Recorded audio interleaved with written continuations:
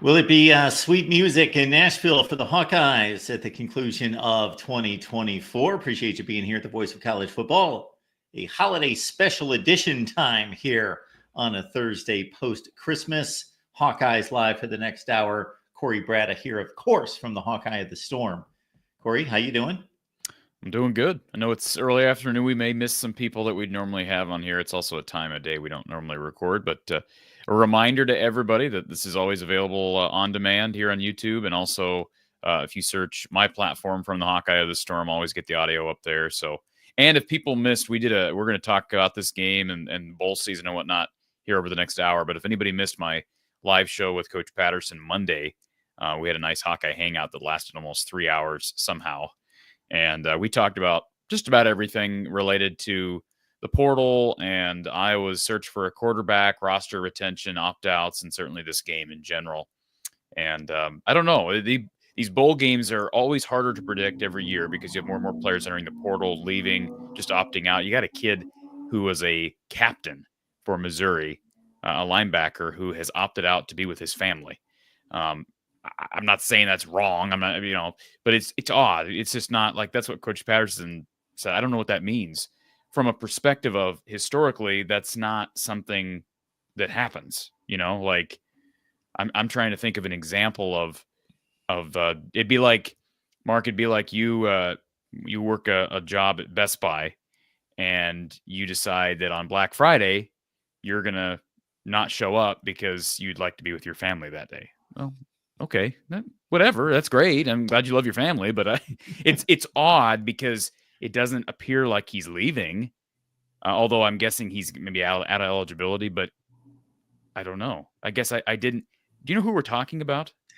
I don't. I scurried for some notes on both teams leading into this, and I saw one article on Missouri that was forecasting as many as 10 plus players to be opting out for this game. But I could only verify a couple players moving on to the NFL draft. Of course, their best wide receiver, Luther Burden, who's one of the best in the country. He's going to the NFL draft, and their left tackle, Armand Membo. But other than that, I could not substantiate, nor did I see the news that you're referring to. Yeah, Chuck Hicks or Charles Hicks. So I guess he was a team captain. I don't even know that he was starting by the time his career has went. So maybe there's other things. I can't imagine that there isn't something else to it. But if it's your on the flip side of this, if it's your last game as a Missouri Tiger, you're skipping that. Okay. So I don't know. I don't know the answer to that, but Chuck Hicks has been playing college football since 2019.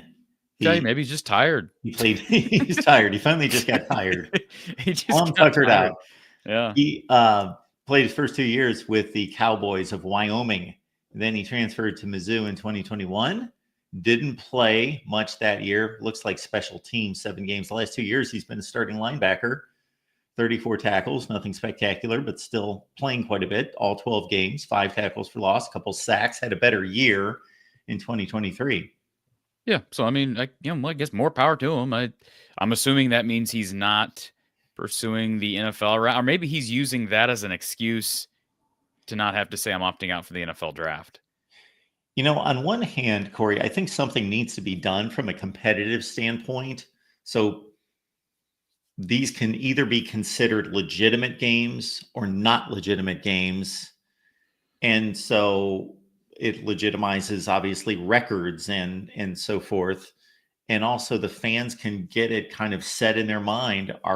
We grew up thinking these were a big deal, even if they did not even involve, the ultimate in a national championship, like a New Year's Day kind of game. They were still just considered a big deal with top teams across the country, obviously playing each other that normally wouldn't. And they still draw. I haven't looked at the TV ratings yet, and obviously no major teams have played yet to look at the TV ratings, but people still watch them. So I don't know, maybe the powers that be don't care because they're still making a ton of money. And even though they're kind of just tainted because it's like, all these players didn't play, but there's a final score. It counts. It's on the record, but it's just becoming more and more difficult. And really, the first year that I remember was just about 10 years ago. I think it was actually 2015. No, it would have been, because obviously Christian McCaffrey played against Iowa in the Rose Bowl. It would have been the next year, 2016, that he and Leonard Fournette opted out for the NFL draft. And I remember that being the first. There may have been somebody prior to that, but they were the first to really take this stand and say, hey, no, we need to work out for the draft, stay healthy. And since then, it just an avalanche after that. You talk about sponsorship and advertising and whatnot. I think the best comparison I can make that is simple and should make sense to people is you have a great job that you love, but it doesn't pay enough money. So you eventually realize that it's not as great as you think. So you go and you get a job that, you know, is not glamorous. You really don't enjoy it, but it pays better. And I know that's not like apples to apples of what's happened, but I think what you're saying, like, what reason do you have to change when there's still all these bowl games that monetarily are successful? I think about, I mean, I'm keeping tabs on the Game Above Sports Bowl. I have no idea what Game Above is. Scooter's Coffee. They're from Omaha, Nebraska. All right. They're a brand that was built just the other side of the river of Council Bluffs, Iowa. And they have their own bowl game, and they dump their head coach with iced coffee at the end. You know, I guess it must be worth it. It must be worth it, because I can't imagine it is. For Scooter's Coffee to throw however much it costs to sponsor a ESPN bowl game seems odd to me, but the money must be there, like you said. It's just not as it doesn't mean as much to us, really. No, anybody. It doesn't. And I think it's sad.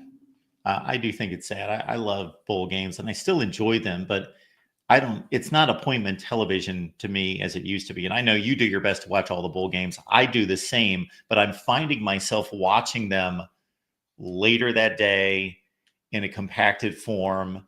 I've got YouTube TV, which records every college football game for the entire season. So I could go back to week 1 and watch games if I want. So I can watch the entire game, but I can obviously skip all the commercial breaks and just kind of whip through them. Like I was watching that Cal UNLV game like 2 days after the fact, and just kind of skimming through it. That was a brutal game. and kind of going through it. Well, you know, and to your original point about trying to predict or expect anything from these games, Cal had its 4th string quarterback and playing. He was horrible. And I remember you and I discussed that game a few days in advance, and we were both leaning in the Cal direction. I don't know what you eventually chose, but I didn't know that their 4th string quarterback was going to be playing. He did not start the game. The 3rd stringer, who was actually playing really well, got dinged up, and you're down to 4th string. I think that's the other thing about some of these bowl games, including the Iowa game, is if Iowa gets a quarterback dinged up, like say Sullivan goes down again, then it's Stratton, and they have no other quarterbacks available. And this is kind of what we saw at the end of the year. It's not like that's all because of opt-outs. Like McNamara wasn't available. Sullivan wasn't available. I mean, Jackson Stratton was the guy, and Marco Linez had a cast on his left hand and was the backup in one of the games at Maryland. So this is not unprecedented territory for Iowa, but you're seeing it in a lot of other places, not just due to injury, but due to opt-out, transfer portal, all that mess. I think there's a little bit of extra ambition with this Music City Bowl, Mark. I've kind of heard from some fans on social media that want to win this game because they feel like Missouri has done Iowa dirty because they got their quarterback in Bo Pribula. So I guess if there's an extra motivating factor, then go beat the team that stole your quarterback. But he was never Iowa's quarterback. And the rumor on the street is that Mizzou was able to put together a package that was worth about $1.5 million, which probably comparable to what Cade McNamara got to come to Iowa. So, I don't know that it was a money issue. I know some sources out there have said it was not a money issue, that it was purely football related, which again, don't know what's true, don't know what's not, because Mark, we always talk about this, but sources can also be biased and have an agenda themselves, a prerogative. So I don't know what to believe on that. All I know is they missed on another quarterback. Now there's rumors floating around there. All right. There's rumors floating around that Iowa is interested in Mark Gronowski from South Dakota State, who is not in the portal yet. And so, will that materialize? Will he end up hitting the portal as a graduate transfer? It's possible. Somehow Iowa, did you see Iowa got linked to Malik Murphy very Yes. briefly the other day? And then within a half an hour, he signs with Oregon State. Like, he'd committed. Then Pete Nakos tweets something out about how Iowa was trying to get him for a visit. And then a half hour later, he signed. And somebody on social media, I thought it was a pretty accurate comment, basically responded and said, is Pete Nakos just trying to needle Iowa fans? Like, does he have something against that? Because that's such an odd. He's linked Iowa to all these players, Wiegman and Miller Moss and Perbula. I mean, I don't think he initially broke that story, actually. That was legitimate. And I think there's legitimacy behind the others as well. But as I said on my video when Perbula wrapped up his recruitment, think about the guys who are off the board, Mark. The window is closing this week, but you also have most guys who have entered, who are high major players, especially at quarterback, have already found homes. It's not just a matter of entering. They're finding homes. And so it is an arms race. Miller Moss is going to Louisville. Connor Wiegman's going to Houston. Bo Perbula's going to Penn State. Malik Murphy's going to Oregon State. Who else is there? If they can get Gronowski in the portal, great. This Camden Coleman, who Iowa apparently reached out to at one point from Richmond, was a very prolific quarterback at that level, but it doesn't sound like Iowa's really been pursuing him here the last couple of weeks, and it doesn't sound like he's had a whole lot of high major offers. So, I know we're talking quarterback just days away from the bowl game, but that's sort of the era that we're in. December is more about next year than it is about this bowl game coming up, regardless of who we're talking about, unless you're talking playoff. And even then, you got guys entering the portal. Yeah, how about, real quick, Mendoza, Big Ten home, right? Big Ten home. Good quarterback, part of the reason they lost to UNLV in that bowl game. John Mateer, he's headed to Oklahoma. Sounds like, most of these, you're going to have a lot of NIL incentive behind them. Malik Murphy, how about this kid that goes to Duke?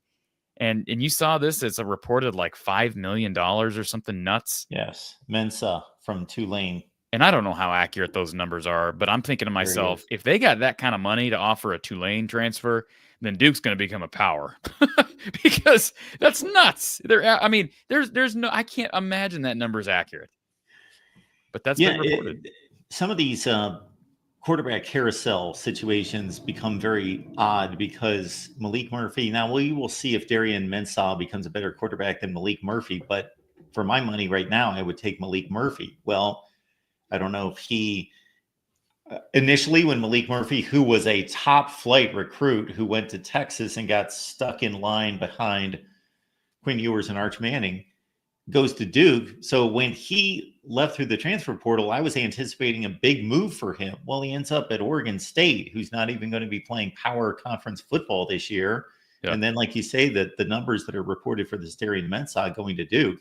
The top-rated quarterback for Iowa on the board would be, according to 247 Sports, Walker White, who's been at Auburn.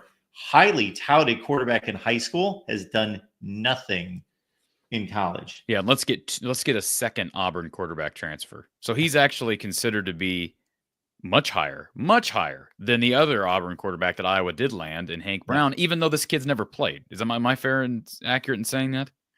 Yeah, I think he's played a little bit, but basically not. But not as much as Hank Brown has. No. At Auburn.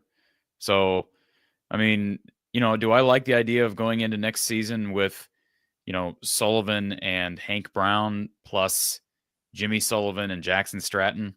No, not really. Not really. And frankly, if they don't get someone else, and I still think they will. I don't know that it's going to be the highly touted kid that everybody wants. And again, guys could still enter. Gronowski could enter. Other graduates could enter. There's another day left of the portal window being open. But if they don't get another guy that they really like, I would consider bringing Marco back. If Marco was because he's on good terms with the university. He's got 1 year with the Tim Lester system, 2 years with the university. To me, there's better value in doing that. And just having a guy who's athletic like that, who has got a history and a background with your staff, than going out and getting another project. What's the point? What point does that make? So, anyways, that would be my two thoughts. But I think they'll get somebody else, and that probably won't be an issue. Devin Brown now is rumored to go to Cal. I saw some post. Who knows how accurate that is? Wasn't an announcement from him, but he's rumored to go to Cal. Yeah, so the next two highest rated guys are exactly, Devin Brown, Ohio State, and Malachi Nelson, 5-star, former 5-star. What that means now, little, because he did not win the USC job, went to Boise State, did not win the Boise State job. Yeah, what? I mean, Devin Brown. Why is Devin Brown so low on the list? I don't get that. Who's making these 247 sports rankings? If he's so low, I think it's supposed to be a combination of what they originally were ranked as high schoolers coming into college, and then it gets manipulated based on them actually producing in college. So most of these other guys have been starters in college, and of course, Devin Brown has not. Right. That's but Devin Brown has been good enough to see the field at Ohio State, which has been a quarterback factory. Yeah. And to be the actual backup, which is saying something, the number 2 guy. So regardless, if he ends up going to Cal or not, I found that rumor odd, given the fact that he hasn't taken visits because he's still with Ohio State. But maybe it's just NIL and he's going to go there. Hey, Preston Stone's headed to Northwestern. I think they've done a good job since the transfer portal stuff started. They've done a nice job in the portal. And I'm not saying they've been I think the ceiling for Northwestern is what the ceiling for Northwestern is. But who's the kid they got from Indiana a few years back? That was Peyton Ramsey. He was a solid ad, obviously. And now they get Preston Stone from SMU. And let's see, who else is on this list that stands out? Didn't Illinois get someone else? Is Ethan Hampton the only QB transfer? I was thinking they had someone else. The only one I can think of. Wisconsin got a couple guys, and Danny O'Neill and Billy Edwards. Yeah, that'll be interesting to see what the competition there is like in Madison. Van Dyke doesn't have a home. Not that he's going to be high. Please no. Do you want Tyler Van Dyke? No, I do not. No? No, please. Okay. Please. Daquan Finn. Who? Daquan Finn, the Baylor quarterback who had been at Bowling Green prior. And why is he transferring? That's a great point. He was the Baylor starting quarterback. They went 8-4. These transfers used to be at the outset of this used to be more predictable or understandable of the situation. And now it's like, why is that player leaving that situation? Well, I just talked to, a little bit ago, I just talked to a Division I football player 20 minutes before I hopped on here. And this individual had entered the portal here a couple weeks ago. And just said flat out, the NIL market has changed. So I felt like I had to go test the waters. And sometimes guys are going to enter and then return. I don't know what percentage. My guess is that's higher this year. The percentage of guys that return to their previous schools, it's almost like a chess move. You're going to enter the portal as a way of demanding more money. I don't know. I mean, especially for a starting quarterback like Daquan Finn, he's been in the portal now for 2 weeks and he's still on the board. That's a long time in Quarterbackville, in Portalville.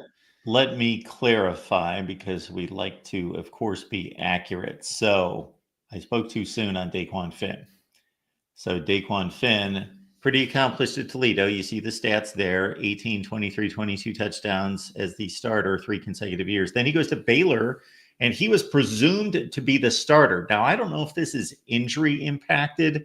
I'll have to look that up, but he only played 3 games at Baylor. Well, I'd go after him because he's got a 6th year, right? 7th year. What is that? 6th year, 7th year. What? Wait a minute. 7th year. Okay, so he redshirted. Nuts. He redshirted in 19, and then he got a free year in 20. So then his eligibility started 21, 22, 23, 24, and apparently he's probably going to get an injury hardship waiver for 24. Yes. Okay. So that's what I'm guessing. Baylor was obviously off my radar. Speaking of Toledo, a slow start. He didn't lose his job. He got hurt and got this medical red shirt for this year. Yes, I'm surprised that he's not demanded more in the portal so far, but Iowa's probably not going to go after him. He's probably He's probably what did he do at Toledo as far as on the ground? I know he put up big passing numbers. Man, 22 touchdowns, 9 picks in one season in 23. Yeah, I'm he guessing runs. He's a dual threat guy, but Brendan Sullivan has broken the mold to a certain extent, he right? had 3 straight years of over 500 rushing yards. Am I Yeah. seeing that right? Yes. Wow. That's impressive stuff. I mean, so I don't know. I mean, he'd be a kid to look at. By the way, Pitt is driving. Toledo's up 20-12. Pitt is now in the red zone. So anybody that's curious, Daquan Finn's previous team, did you see? Were you watching the bowl game before we hopped on here? I was not. Okay, yeah.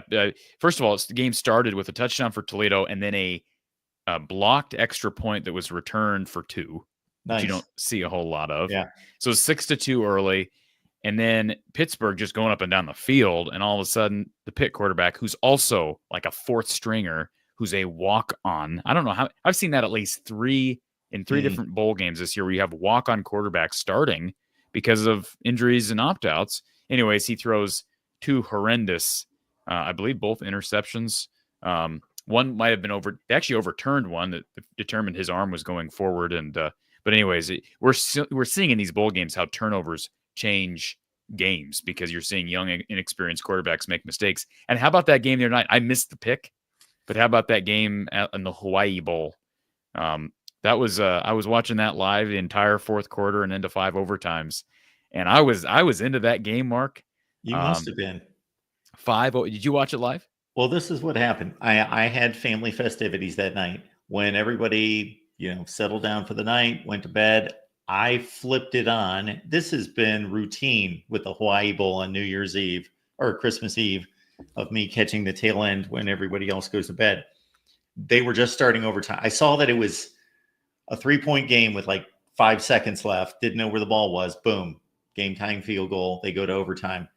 You're going to be a bit disappointed in me. I started watching overtime and I fell asleep. I was out and I didn't see it. Well, I'll tell you what. I was rooting for San Jose State. South Florida ended up winning it in 5 overtimes. But here's what burned me up. It felt like I was watching Iowa as it relates to Kirk Ferentz play call decision-making on critical situations. First of all, both kickers missed kicks from short distances. And then at the tail end of the very first, it's actually tail end of regulation. South Florida had 3rd and 1. They run for 3rd and 1.5. They run for about 1. So they have about a half yard to a yard. And they punted on 4th and 1. There was about a minute to go. South Florida had no timeouts. Now they're at their own 25. But here's the deal. Here's the deal in that situation, Mark. You're up 3. If you can get 1 yard, you win. It's over. You play to win the game. That is, and I know at the situation, it's like, well, we could punt it. And by the way, Pitt has tied it up. Touchdown, 2-point conversion's good. 20-20 right now. But that was a missed opportunity. They punted away. South Florida comes on the field, scores a field goal. They go to overtime. Then it was either the first or second overtime. It must have been the first because they had to go for 2 in the second. First overtime, USF's on the field first. They get a touchdown. San Jose gets a touchdown. And then on the extra point's good, but they get a roughing the kicker penalty. So they would have had the ball at the 1.5 yard line to go for 2 and to win the game. What'd they do? They declined the penalty. Yes. What are you wincing at? That's a fact. They would have had the ball. Sure. I'm wincing along with you. At the 1.5 yard line. Yes. I'm just saying that's 2 chances from 1 or 1.5 yards to win the game. And they declined the penalty and said, nope, we're not even going to think about it. We're going to go to another overtime. And then in a different overtime, there was another situation where they had a chance on a short yard. So they had 3 different opportunities to basically win the game on short yardage situations. And they didn't even try. They played not to lose and they lost in 5 overtimes. It's a bowl game, man. Go for the gold. Let's not, don't let your guys' careers end like that. I agree with you. On all accounts. And again, you mentioned making the prediction on the bowl game. I remember you confronting me last year because I actually, for the first time in my life, I didn't predict a few bowl games because I just forgot that this malaise of bowl games has even gotten to me where I become lackadaisical, and I missed a few picks last year because so I did the same thing this year. I missed like 3 consecutive days of bowl games. I didn't even pick the games and then they were on, like you mentioning that Pitt and Toledo are playing. Totally forgot. That's the game above Sports Bowl. And that's being played in Philadelphia. What a terrible place for a bowl game. I hate to say that. Catch up with that later tonight. I'm going by the way, you do know Rutgers is playing. Rutgers K-State is playing here in about an hour. Yeah, I'm going to miss all these games, but I'm going to catch up with them because I do want to see them. I love that Kansas State, Big 12 power, playing Rutgers out of the Big 10. I do love the concept of bowl games. By the way, Toledo just ran the ball for 16 yards, and then there was a fumble by Tucker Gleason, which is recovered by Pittsburgh. So Pitt now has the ball back midway through the third quarter, tied at 20. So another momentum shift. We've had about 4 in this one.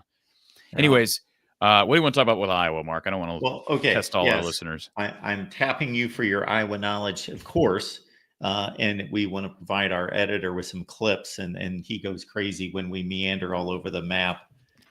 So I'm going to nail you down on a few things here. So first and foremost, I'm understanding, though it's not a big surprise just here in the last few hours, offensive tackle Jennings Dunker has confirmed that he will be back for 2025. Add that to Logan Jones, who unfortunately has been reported to have a cast on his hand at practice, and therefore he appears to be out for the bowl game. But of course, he's coming back as well. Yeah, broken bone, it sounds like, in that arm. So that's unfortunate in a sense. In a sense, but honestly, again, how are we looking at bowl games? Because if we're looking at bowl games from a standpoint of let younger guys grow, let older guys who are out of eligibility get one final hurrah, then I'm totally fine with Tyler Ellsbury getting the start at center. I think it's a great story to see him out that way. And yeah, you're going to get Dunker back. You're going to get Jones back. I thought the Dunker thing was a bit of a formality. I don't know where he would have been on draft boards. So tailback is a discussion we had the other day with Coach Patterson. I think that might be my one position. I mean, obviously their best player played running back. So, that's a position to watch, especially. We saw a few clips from some media members here this afternoon because the media got about 20 minutes watching practice in Nashville, and saw Hank Brown and Jimmy Sullivan passing the ball back and forth, but neither one of those guys are eligible to play. So they can participate in practice. They cannot play. And we did see at least one play that I saw on social media was a Stratton to Terrell Washington, who was coming out of the backfield. So it'll be interesting to see what type of distribution we get for tailback touches, because Terrell's lined up outside quite a bit. Well, now that they're down a running back in Caleb Johnson, do they spread it out evenly between the 3 top backs? Do we see Terrell play mostly in the slot and then you spread it out between 2 guys, or maybe you spread it out between 3 guys and that third guy is not Terrell Washington? Maybe it's a Brevin Dahl or it's a Xavier Williams. Those guys can play and retain red shirts.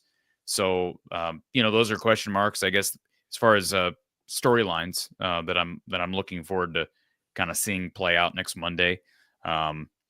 Obviously, Brendan Sullivan's health is, to me, an interesting one. Obviously, he's back and he's practicing, but the way he plays, you mentioned it earlier, his aggression on the ground, I want to see that. But at the same time, he's probably the future. I mean, if they don't get another quarterback, he's I don't want to say undisputed starter, because Hank Brown should get every chance at winning the job, as should, I guess, Jackson Stratton and Jimmy Sullivan. But Brendan is the future. So, I guess I don't worry about that with a mobile quarterback, but it's fans will resent me saying it, but in a sense, it's a meaningless game.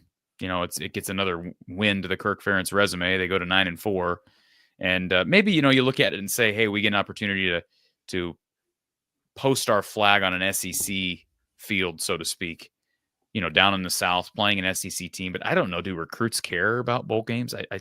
Maybe they used to, but now I can't imagine that a recruit's saying, well, look at Music City Bowl and Iowa beat an SEC squad. I have no idea if they're thinking that. At no other point in the season would you be watching Pitt and Toledo with such focus. I am not a recruit. I know you're not a recruit. I don't think recruits probably care. Yeah, this is bothering me about bowl games, but I'm actually, as I just mentioned, I am an example of the lackadaisical approach to this and the non-care for these bowl games. So I'm upset by it, but I'm also going along with the crowd. I'm starting to lose interest in these bowl games and not watching them. Um, did want to ask you about Reese Vanderzee's availability. Sounds like he's back. Sounds like he's going to be healthy. That was word from Kirk Ferentz here last week. So that would help whoever's playing quarterback if you can have a fully healthy receiver core. They have not had anybody at receiver, with the exception being a couple of walk-ons, enter the portal.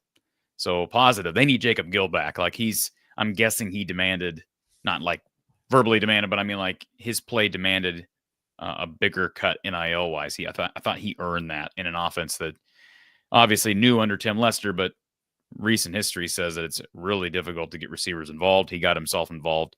And I don't know that Reese Vanderzee fits that mold, but he showed promise early in the season as a true freshman. So this will be his first bowl prep. And so those two guys I look to be number one and number two. And then after that, I think there should be plenty of healthy competition this bowl prep and on Monday for the game between Jarrett Bowie and Seth Anderson. There were rumors during the season that Seth Anderson may be on his way out. He has not exited via the portal. And my guess is he's a grad. I'd have to look back at how many years he's been in school. Because my guess is he'd qualify as a grad transfer here this next season, because he of course played at Charleston Southern, but I would have to confirm that. So guys that are grad transfers could leave after the portal window closes. That's still a rule, right, Mark? I didn't miss some.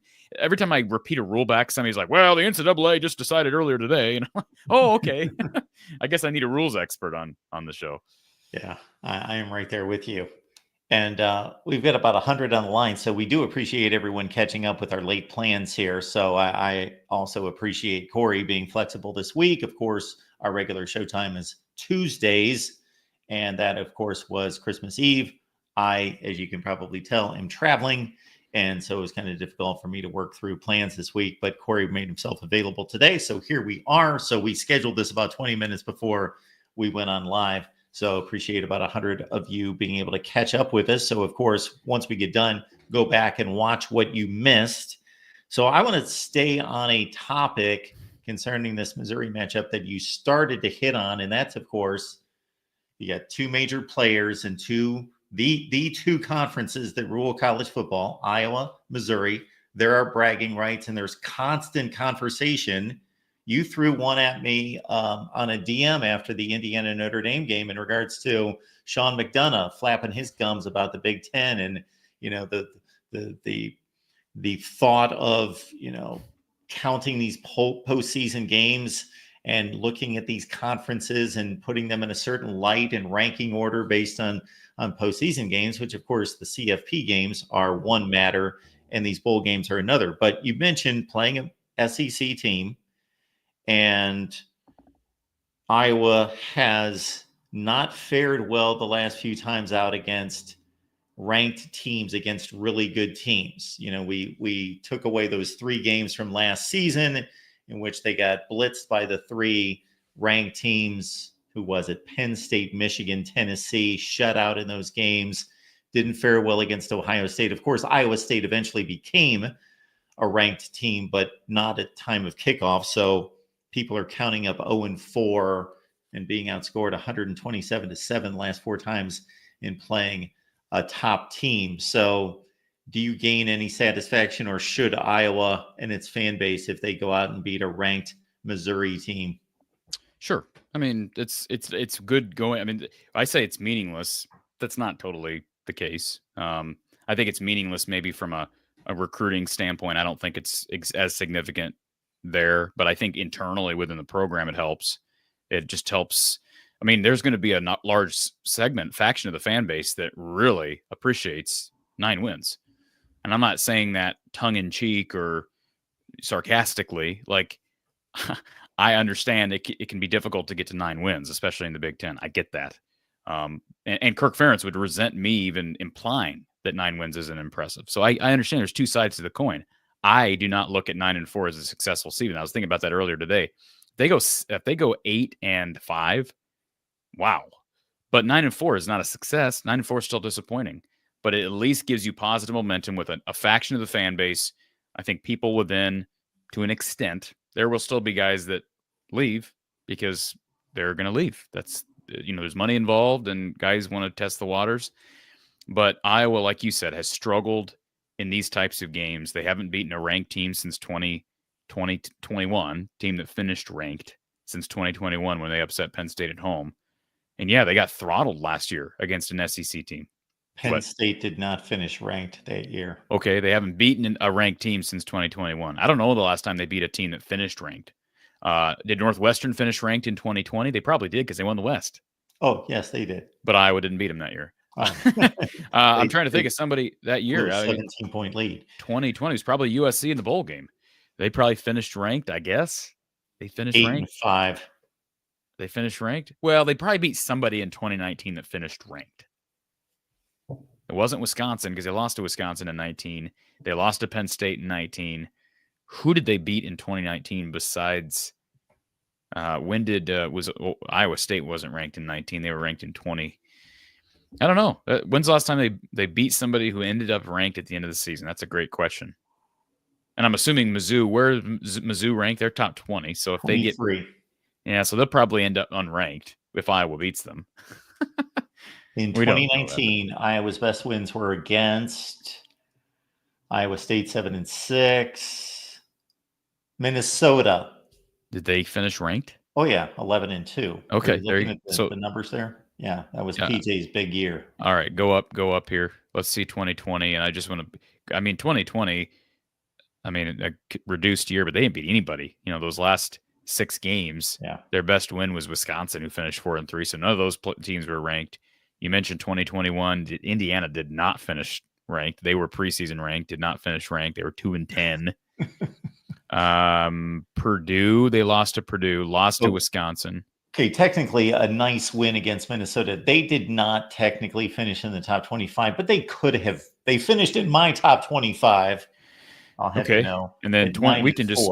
This is just basically a formality, but 2020 we can look at 2022. Won a lot of games, and in between 21 and 23. Now 22 was not quite as good. But who was their best win in 2022? Again, Minnesota, I guess. Did Minnesota finish ranked that year? Again, no, but I ranked them. All right. Well, there you go. Purdue 8-6. They won the West. Was Purdue ranked? No, 8-6. No, 8-4. Okay, 8-6 after losing in the Big Ten championship game and losing in a bowl game. But I'm just wondering, No, they did not. All right. Ranked. Go up to 23 then. 23. Yeah. Best win. We know they didn't beat anybody that finished ranked. I don't think they finished ranked, but they finished hot and they won the bowl game. Yeah, they did. Give them credit for that. And then this year, are they going to beat? Is there anybody on the schedule that they've already beaten that could finish ranked? I doubt it. No, Minnesota's. They're only 7-5. So if they finish 8-5, could they finish ranked? Is that their best win? Yeah. Minnesota? Oh yeah. I mean, it is because Wisconsin's not a, Yeah. Washington. Who's in it? I don't even know. I'd have to look back at the list of teams. I mean, I've made all my bowl picks, but it seems like the season was a long time ago to even remember who their best wins were. But yeah, I mean, Minnesota would have been the only one that I can think of. They had an opportunity against Iowa State, who will most definitely finish ranked. Fair. Even if they lose to Miami in the bowl game. And by the way, I got Miami big in that one. If Cam Ward's playing, I got Miami big. Yeah, I don't think they're really having anyone sit out. That's amazing. Miami. Yeah. Good for them. Yeah. Caleb Johnson on to the NFL draft. Of course, we already knew that. Man, we pretty much run down my list of what I wanted to get to. Now, we did have somebody chime in the chat. And again, comments and questions are welcome. We also have super chats available if you want to contribute here at the Voice of College Football. Tim Stevens asking, and how, in addition to just names that could be out there that you've heard of, how important is it, do you think, for them to go out and get a veteran corner? Oh, that's a good question. I really don't know because I got a lot of faith in Phil Parker. It was not his best year. It was not the position's best year, but they've run through several guys who are back. They lose a really good corner in Jamari. It's the second straight year you're going to lose a senior leader and a lockdown guy. Maybe not to the extent that Cooper DeJean was, but I think Jamari Harris deserves to be drafted. I think he will be drafted. So that's a significant loss. He's not playing in the bowl game. So I wonder, I mean, I know it's hard. You can't wait till your bowl game, especially when you're playing at the end of the year, beginning of January, to decide what positions you target. But with Phil, I almost wonder if that's what they're doing. I think Phil would like to get a look at all his corners, how they play in the bowl game. I know they like Jalen Watson a lot, the young freshman whose uncle was a great running back at Iowa, Fred Russell. So maybe they go after him, but they also got John Nestor. They got TJ Hall. They got Deshaun Lee. Rayon Strader's a guy, in answer to Tim's question, that highly regarded at Miami, Ohio. I think he was all conference. He has, I believe, committed to Auburn. They also had reached out to a guy. They had reached out to a couple of guys, if I'm not mistaken, from the FCS level at corner. But as far as momentum at that position, recruiting a cornerback, I've not caught wind of anything real substantial, which tells me, that's kind of the indicators that I need to believe that they're probably biding their time now. And I think Phil probably looks at this and says, hey, we've got 4 guys who have seen playing time, 3 especially. We got 2 spots to fill. He's got some younger guys he likes, but he'll also he's great at finding those diamonds in the rough. So my guess is he's not real afraid of having to target somebody in January, February, March, or even beyond. Now, you'd love to have somebody working with you during the spring, but knowing Phil Parker, how he operates, I bet he's not in a rush to land somebody at that position. I think there are other positions of greater need. I think offensive line is a greater need. I think quarterback is a greater need. Receiver remains a need. Sam Phillips is one to watch for. I know he was projected or crystal balled or whatever that crap is, projected to go to Virginia Tech. He took a visit to Iowa here, I believe, a week ago. Iowa's in his top 3, his final 3, really prolific FCS receiver at Chattanooga. And so he is not officially announced yet. And then, we talked about quarterback. They got a defensive tackle. We haven't talked about Jonah Pace out of Central Michigan. And they offered him out of high school. So there's a connection there. And they need depth at defensive tackle. He's a depth guy. All right. Now, if they don't get anybody else and nobody takes a big step forward, maybe he starts. But I don't expect him to be some all Big Ten type of performer. I believe he was all honorable mention, all MAC honorable mention this past season. So, I mean, do the math there. I mean, you can watch the kid play.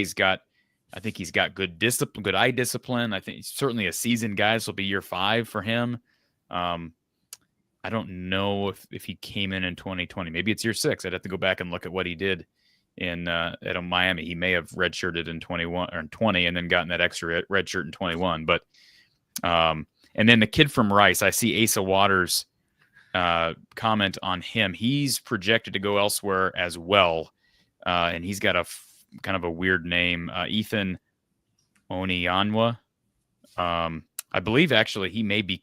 Did he commit finally? I think he's projected to go to Ohio State, if I'm not mistaken. Let me see if he finally committed.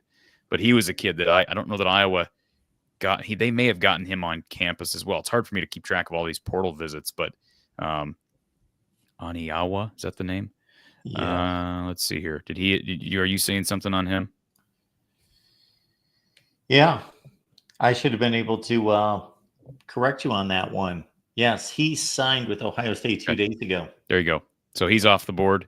They liked him a lot. I mean, what's not to like? 6'6", 345 pounder at offensive tackle, allowed just 1 sack on 294 pass blocking snaps in 24.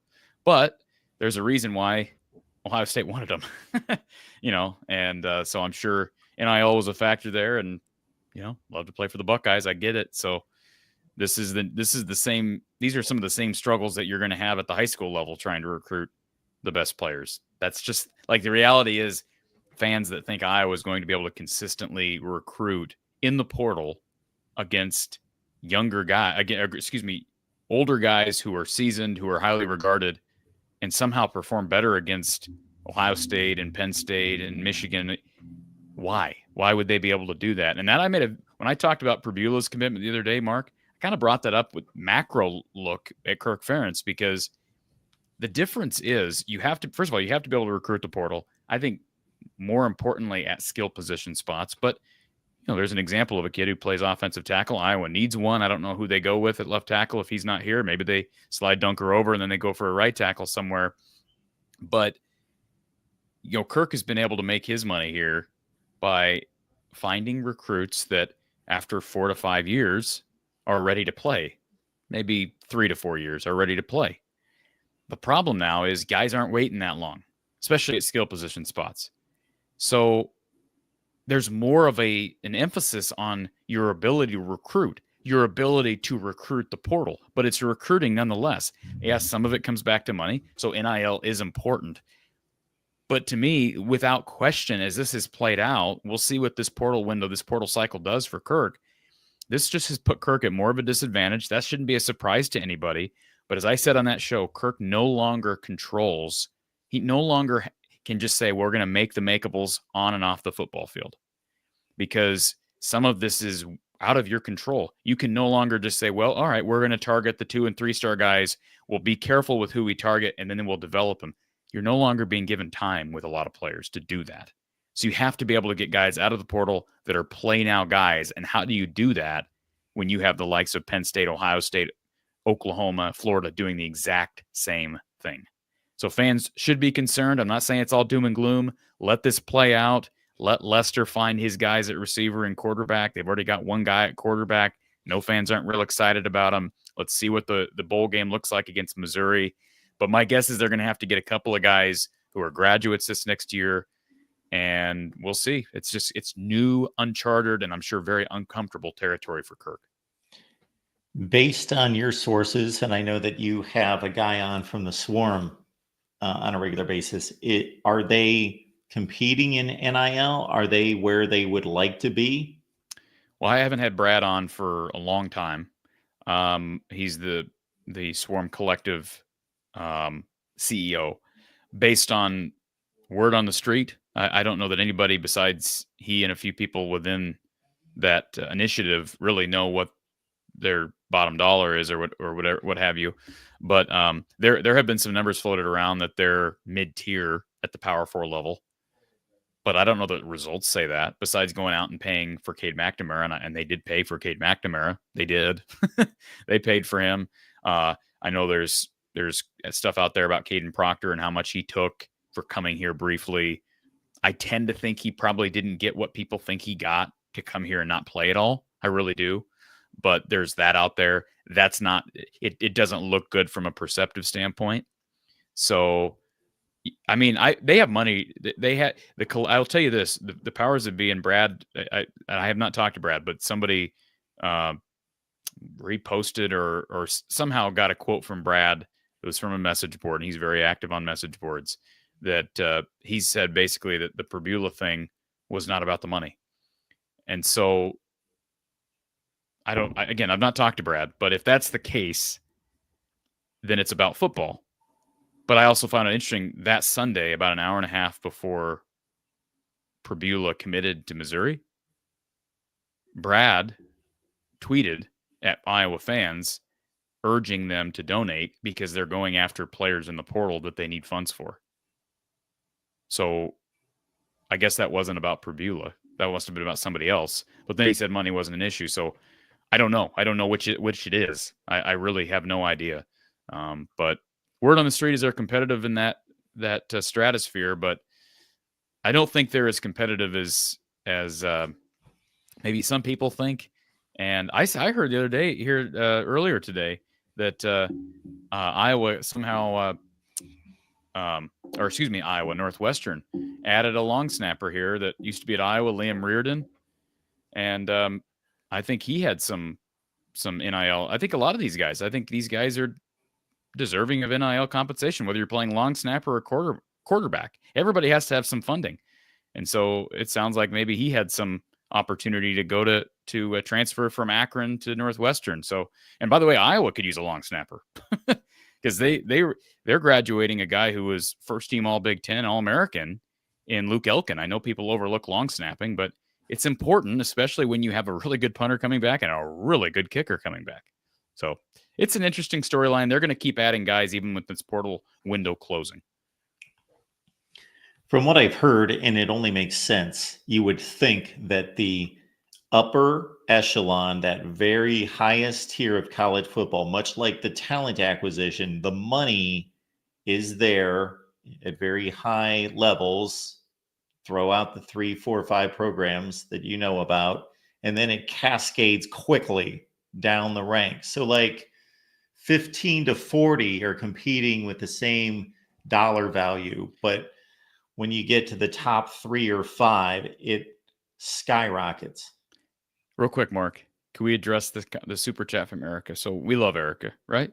Absolutely. We love Erica. Erica, Mark loves you. I love you. All that's great. But you know what I'm going to say to this comment, right, Mark? What am I going to say to the comment? Take it away. Well, what am I going to say? You know what I'm thinking. Is she speaking strictly about the Prebula? Yeah. Situation? She's commenting on Prebula. She says that is the case. It was not about money. I believe you're going to say we don't know for sure. Well, no, but she's knowing for sure. She put in all caps, that is the case. That's a fact. It was about money. I'm not saying that's wrong. I'm just trying to figure out how we know that as fact. I'm right there. How do we know that is the case? It was not about money. Erica has read that in several places. Yeah, I've read the same thing in several places, but that does not, that at least if that convinces you, that's fine. And again, respect your take, but I don't believe just because someone is saying that's definitely especially when it comes to money. I don't know that it's always trustworthy information, regardless of who's saying it, because there's prerogatives, there's initiatives, there's ambitions, there's motives behind everything. Not saying people are lying. I'm just saying, I mean, I know a lot of, I brought this up and this had nothing to do with money, guys that have left. And there's these perceptions of why they left with the fan base that I'm guessing has been born by sources telling media members such and such a thing. I don't know. I'm not, putting any specific media members under the bus, but I'm just saying these ideas get out there. And then I'm told on pretty darn good, reliable information that that's just totally wrong, not accurate at all, because it's one side of a story and a side that has an ambition, has a motive behind why they are saying it. So, like I say, I'm not saying anybody's spewing mistruths, but I just hesitate to jump on board to everything I hear, especially when there's money involved. But maybe that's the case. And again, not saying one way or the other. It's very well, I hope they did have enough money for Prebula. In a sense, I hope it was about football and that somebody else, it won't be about football, because they got to have money to compete. They got to be able to pay a quarterback. So I'm not wanting that to be wrong. I hope that's true. I just, again, till they go land a quarterback that is clear, it's clear that he cost something, I'm going to hold off on my conclusions, I guess. So just to give it my best shot on a take concerning a guy like Prebula would be that you can make this statement, it really wasn't about money, but here's the deal, that among the teams that were competing for Bo Prebula, which appeared to be Missouri, UCF, Iowa, and a couple others that I'm not thinking of right now. Ole Miss. Indiana wanted him on campus, and he ended up canceling that visit. That to be in the competition for him, you had to have a certain amount of money. Now, maybe his final selection, when everyone was coming to the table with, if Corey's figure is accurate, 1.5 million, let's say, and all those schools were between 1.3 and 1.6, and his final determination was not about the money at that point, but it was, okay, 1.3, 1.4, that's not concerning me. It's who do I want to play for? I want to win games. I want to compete for championships. I want to be developed for the NFL. I want to work with certain people. Okay, I'm making 100 grand less there. It wasn't about the money, meaning that final sliver of a decision was not about the money, but obviously you had to be in that range. And like I said earlier, my I don't think 1.5 for 2 years is that much, Mark. Now No. in this day and age of like I said earlier, if this guy from Duke is getting paid, or excuse me, the guy from Tulane is getting paid $5 million to go play for Duke or something nutso like that. And who knows again if that's accurate, because there's money involved and people that have initiatives. But I'll say this: if they can afford 1.5 million for Perbula, then they should have no issue going out and finding a guy who is on paper better than Hank Brown. So, and I would encourage them to be careful. And, Tim Lester's influence obviously is important. But like I said, the other thing that was odd to me is that the collective's CEO tweeted an hour and a half before Perbula announced that he was committing to Missouri. He tweeted out, urging fans to donate because we're in play for some high major portal prospects. I get fundraising, but I just thought it was odd timing. So just my thoughts. Absolutely.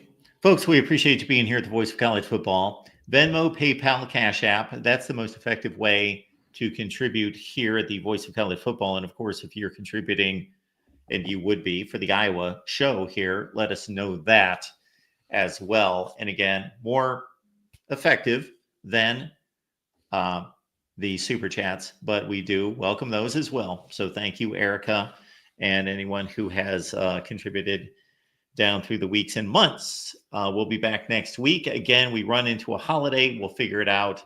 And that's one reason why you want to subscribe. Hit the bell for the notifications to know when we go live.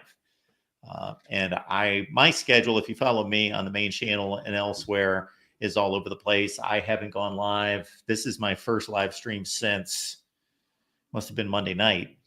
And I don't know when I'm going to be live next. I will be home on Saturday. So the Saturday Bowl schedule, you talk about crazy. There's at least 6 games. It might be 7 games on Saturday. So it's loaded up on Saturday. I'll be live post game after all the games on Saturday. That'll be the next time for sure. I will be live. And I don't like James Franklin. And traditionally, but traditionally, I do root for Big Ten teams, especially on the national level. Sure. I so want Boise State to win the whole darn thing. I know you're going to tell me to win the whole thing. Hold on. I know you're going to tell me they have no chance. That's fine. Yeah, I am going to be rooting for them to win the national title. Why? Why? Well, first of all, I think Ashton Jeanty was deserving of the Heisman. I know you'll say Travis Hunter's phenomenal, playing both sides of the ball. I get it. All that stuff, phenomenal. But I think Ashton Jeanty on any other year would have won it. It hurts that he plays for Boise. Schedule, I get it. I want to see him show out against competition. And then the other part of this is it would shut up all the talking heads at ESPN, all the SEC homers. I'm sorry to rip your former employer, but look, I've done it myself, of course. I lost a little respect for Kirk Herbstreit by some of the things he said over the weekend. I thought were odd. I mentioned that to you. I tweeted, or I sent you the same thing, and you had heard it. So it just seems like there's an agenda there behind some of the people who have said things. Not just Feinbaum. We know Feinbaum's going to be Feinbaum, right?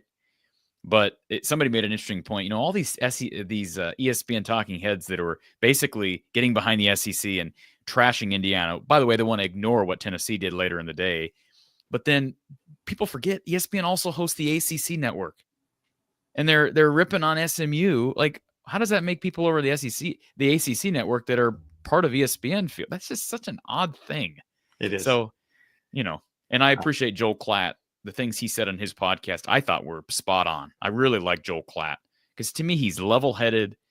He understands the sport. Not that Herbie doesn't, but I almost wonder if Herbstreit has become part of the SEC mob because of who he works for.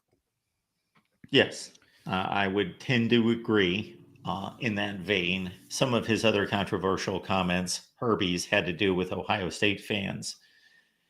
So if you want to check out what I had to say on that, I posted a video, but you were right in line with me, Corey. You DM'd me as soon as Sean McDonough started railing on the Big Ten, as soon as Indiana was losing to Notre Dame. And yes, they were dominated. It was not a 10-point game. They lost the game. Right. And Sean McDonough's, it's one thing to say Indiana doesn't belong, which I'm not totally on board with. I think that they earned the spot. Do I think they're one of the 12 best teams in the country? No, I've been very clear about that, but I believe they earned the spot. But it's one thing to then take that and extend it to the Big Ten and say, well, the Big Ten's overrated, doesn't belong with all these teams. And you sent that to me. I was watching the same thing, and Corey's like, you need to get on this. And I said, let's watch Penn State and Ohio State. Just want to make sure. And then sure enough, McDonough looks stupid because then Penn State and Ohio State go out there and roll the next day. And Joel Klatt, the reason I bring up Joel Klatt is he hit on all the major points that I would hit on if I was making a video. Like, Mark, I know you I don't know if you wanted Indiana in the playoff or not, but to say that they in no way deserve it at 11-1, playing in the Big Ten, they were competitive against Ohio State, and then you act like, well, because it was a blowout, because it wasn't as competitive as we wanted it to be, that means they weren't deserving. What a stupid thing to say. First of all, Notre Dame was ranked higher for a reason. Second of all, Notre Dame got home field, so they're a better team getting home field advantage at a very difficult place to play in South Bend. So that's that, first of all.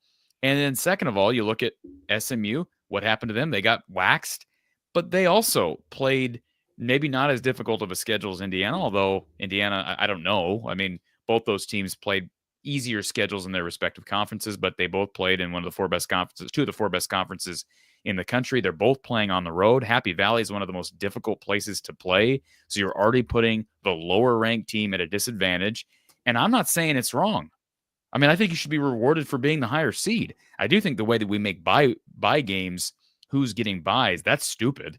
I mean, why is Boise State and Arizona if we're going to have buys, which is, I think, dumb in and of itself, then at least let the committee decide who gets the buys. Stop giving, having criteria for who gets buys. Have 12 teams, and then the committee gets to decide who are the four best teams there, and then we'll give those teams buys. But frankly, even that's stupid because you're further putting teams at a disadvantage. And Coach John Patterson said this was going to happen when the 12-team playoff initially started, that giving teams buys is a huge, huge advantage. So you're just making it even harder for the smaller teams to win, or for the teams that aren't as good. Now, maybe this year it will play to the advantage of Boise State, Arizona State.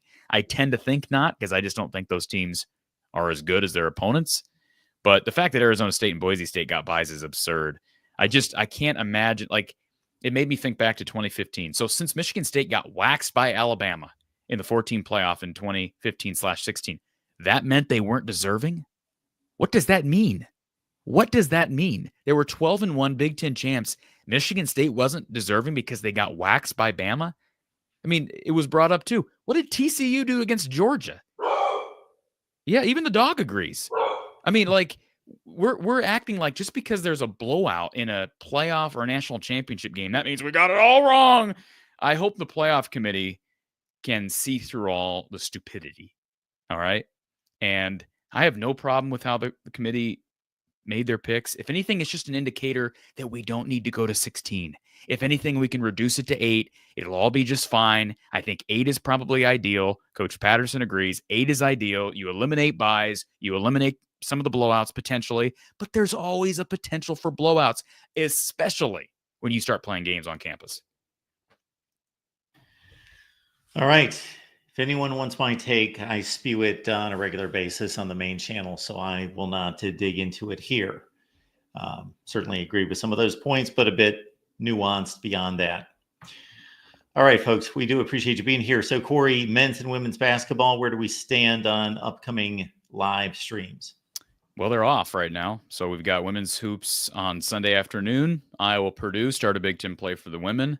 Unfortunately, that game will be on Big Ten Plus, subscription only, but this platform, my platform, and this one are both free, so people can tune into our postgame coverage there. And then Monday, we'll have postgame coverage for Iowa, Mizzou, in the bowl game. Unfortunately, they got a men's game right after that, so we're going to work out the logistics of that. They play New Hampshire, so I don't think it's going to hurt anybody's feelings if we skip that. But we'll try our best not to skip it. We're not going to totally skip it. We may have a belated recording of post game coverage, but I'll be down there. I'll be at Nissan Stadium for the bowl game, so people can tune in for coverage, and we'll enjoy it. I mean, if anything, it's a nice opportunity to see Nashville. If people are thinking about making a last-second plan to go down there, I think it's probably at least 15 to 20 degrees warmer than it is here. You want to guess on that, Mark? I don't know if you know much about Nashville, but what is it here? Let's see. Right now, and actually, it's not bad here in Ames right now. As of right now, here in Ames, it's 41. Nashville, Okay. Nashville, it's 60. Now it's going to be up and down. 57 tomorrow, Nashville. 64 Saturday. 61, 62, 57, and then 44 by Wednesday. This is going to get cold there time we get Wednesday, but Monday we may get a little rain, but it'll be high 50s and low 60s, so that's better than Iowa. I'll wrap it up with these quick notes. One would be that I brought Iowa actually into the Indiana conversation because I'm split on Indiana, and there's too much there to delve into. But Indiana did earn its playoff spot, yes.